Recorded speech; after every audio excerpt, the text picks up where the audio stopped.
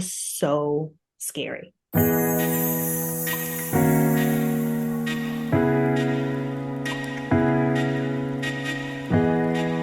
So, Kia, thank you so much for being a guest on Educators Unleashed. I so appreciate you. Thank you. Honored to be here. Excited to Oh, do this today. thank you. So Kia is a local real estate agent, independent agent. So she might have a little bit different of a perspective than perhaps some other agents that I've had, because I think most of them have been on a team, if not our team, a different team. So I'm really looking forward to hearing your perspective as an independent real estate agent in our market in the Raleigh Triangle area. And so Kia, you were before real estate, like most agents, I think we've all had first careers. I don't think anyone starts in real estate, right? Oh, true. Yeah, that tends to be a common thread amongst us. So yes. Exactly. So if Mhm. you could just share a little bit about just your teaching career and how long you taught and what you taught and just all the good stuff like that. Sure. So yes, I am Kia Patton. I am an independent agent here in the Triangle area. Prior to entering into real estate, I was a elementary and preschool teacher. I taught for a total of 15 years in both public and private school. And I absolutely I won't even say love teaching. I Mm. still do. But as you said, many of us, for one reason or another, tend to transition out of it. And real estate was just kind of where I landed. And it's been such a good transition for me. Yeah. So fortunately and unfortunately, a common theme that I'm hearing talking to teachers is none of us loved. We still love. I think Mm. we're calling to be a teacher, right? It's in our blood. It never leaves us, even if we're out of the classroom. Yeah. Right. So what do you think was that one pull or that one thing? Okay, I love what I'm doing, Mm. but there's something else. I want something else for whatever reason. Can you like kind of pinpoint what that might have been for you and just kind of what really made you just be like, okay, this is it. This is what I'm going to do next. Yeah, for sure. So I think for me, it was family and it was time. When I started teaching, 17, 18 years ago now, I did not have a family yet. We had not started a family. And then probably about 4 or 5 years into teaching, I had my son. And at that time, I came out of the classroom. And when I came back after having him, went into more of a support role, which I thought was going to be not necessarily easier, but just different. But it ended up being even more work. Ended up being a whole lot. And while I loved what I did, I supported teachers. I worked a lot in early literacy with teachers and with students. It was just a different ball game when I had to give so much of myself during the school day and then turn around and give so much of myself to my family at home. And I just started to feel, this is a lot. As many of you may know, unfortunately, there is not a whole lot of flexibility with teaching. I think that's a Mhm. misconception. I know, I taught on a traditional calendar. And so, yes, we had the summers off, but they're not really off. We're still doing so much. So I think that for me, when I had my first child, that was when I was kind of like, ooh, I wonder, is there something else that I could be doing that allows me to serve and to help, but maybe in a different capacity and offers me a little bit more flexibility. And that's when my wheels kind of started churning. It was several years later when I got out, but I think that's when that seed was kind of planted. Like maybe I need to be exploring some other things. Like, what else can I do with the skill set that I have? But I think if I had to pinpoint a time where that was like, that thought was very prevalent, that would be it. It would be after, starting a family. Mm-hmm. And that is also a very common theme, the flexibility. And that's why I was excited to interview you and speak with you as being an independent agent. So you Mm. have be able to find that flexibility and that success all at the same time. Would you Yes. agree? So Yes. being able Yes. to kind of figure out what it is, because like you said, it's when you're teaching, you're on, right? There's no, you're Lights, lucky to camera, go to the action. bathroom. Right. Right? A habit I've had to unlearn. I'm like, I can go to the bathroom when I need to. I can drink as much water as I want to. Yeah. Absolutely right. Crazy but true. Crazy That but true. is so true. So it's a big jump to change, right? You have a family now, you didn't have a family, you're changing careers, you're doing something that you love, but you're feeling this pull, like you said, the seed has been planted. So just kind of talk about for someone who's watching this, someone who's thinking it might not even be real estate, but they just know that where they are now in the classroom and they want to maybe be somewhere else, what that feeling was like, and just any kind of words of encouragement that you can for those of you who are feeling scared or just like, what am I doing, sort of thing. So I would love just if you can remember how that felt, and if you have any words of wisdom for anybody who might be kind of in this transition that you were in a few years ago. Yeah, absolutely. And I really kind of connect with you saying like feeling scared, because I'll be honest with you, that seed was planted and I sat on it for a very long time. For probably, I don't know, 10 more years. I stayed in education. Wow, Um, 10 years. Okay. I taught, yeah, You I had to did. grow roots and Oh everything man, before you did because it. it was what I knew, it was what I was comfortable with, Amen. it was my comfort zone, right? Mhm. So yeah, fast forward, after my son, 6 years later, we were pregnant again. I had my daughter, and I took what I thought was just going to be maternity leave.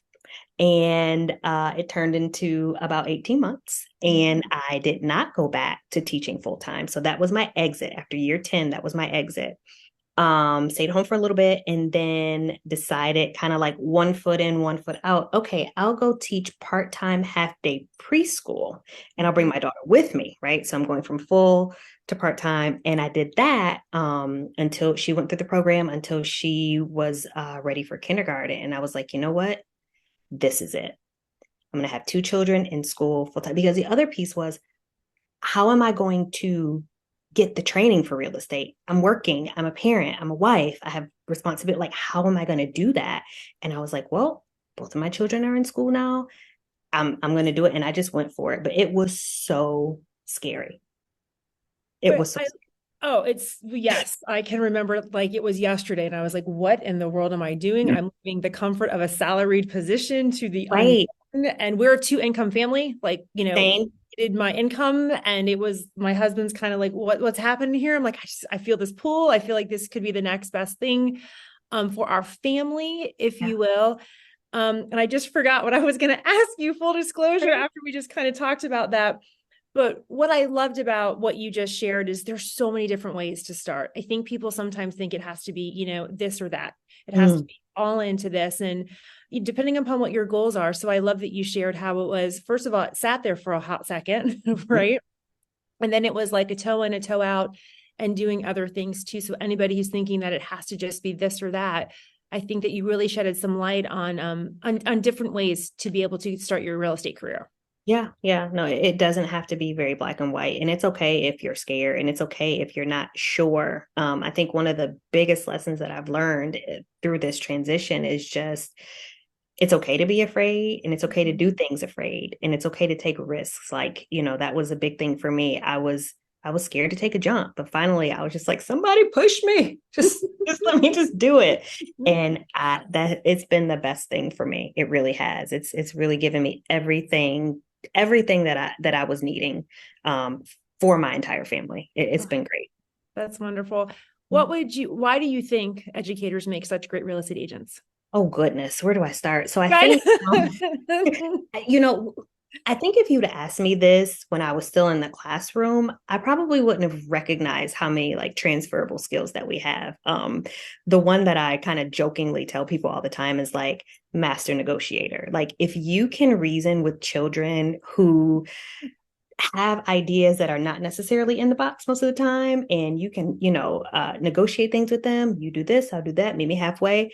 You can do anything. But so that one, I'm like, I'm master negotiator, but being able to multitask and manage lots of different tasks at the same time.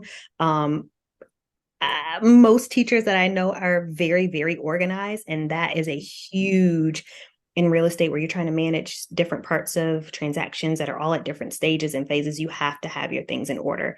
Communication, good communication skills, written communication, spoken communication, verbal, all of that, all of those skills, being able being confident and comfortable speaking in front of people. Like you were saying earlier, like when that bell rings in the morning, you are on. I mean, there is no, I need a minute, or like, no, you're on. You've got to be ready. You've got to be prepped, and you need to know what you're doing and what you're saying. And there are many times when I enter rooms and I have conversations with people and I have those same pep talks. I'm like, all right, I'm ready. Let's go. We're going to talk about this. So I attribute a lot of that to being in the classroom for so long, and, being a leader in the classroom and being able to exude those leadership skills when I walk into certain situations, and being able to handle and close deals and do things that I need to do. Much more confident. I swear you were like a bug on my wall listening to some trainings today, because we were talking about with some new agents, the difference between the hard and the soft sales skills. And the Mm, transferable skills I think that educators have are exactly what you talked about. Master negotiator. mm, I had one thing that I didn't realize that I did, again, that transferred, was that I can take a very heightened situation and bring it down, right? You have yeah. a kid who's very upset, you have a parent who's upset about something very emotional, right? We've gone from the two most emotional careers, teaching children and buying a house, right? So true. Yeah. And so I was thinking about the soft skills that we transfer from education to real estate that you can't really teach, or you learn from experience and you learn over time. Yeah. And so that's something that has really kind of been an aha moment for me when I'm talking with other agents, those soft skills that you and I didn't even realize we had. Because I was always saying, well, I don't know how to sell a house. Well, I didn't really know I mean, I needed to know how to sell the house from a compliance standpoint, but Right. I knew more about how to sell a house because I had those soft skills just from being an educator. Does that make sense? No, it absolutely makes sense. It does. And I So think the more I you, just think that I think they're so different, but they're so similar, these careers. And that's why you see so many educators switching over to real estate and just being able to transfer some of those skills of serving, especially serving. You have a servant heart like I do. I see the things that you do on Instagram and all the things. And so I just think, again, you can take a teacher out of classroom, but you can't take the teacher out of the person, right? never, So never, never. yeah, thank you so, so much for spending time with us. For any educator who's watching this, just kind of being scared, right? Or had the thought for 5 years, it's okay. Kia took 10. So you know what? You only have 5 more years to Anytime. go. Or if you want to jump in with 2 feet, you can do that too. And thank you for being you. And thank you for being on this. And I'm sure I'll Thank you see you for around the having me. triangle. All right. Yes. Thank Thank you. you.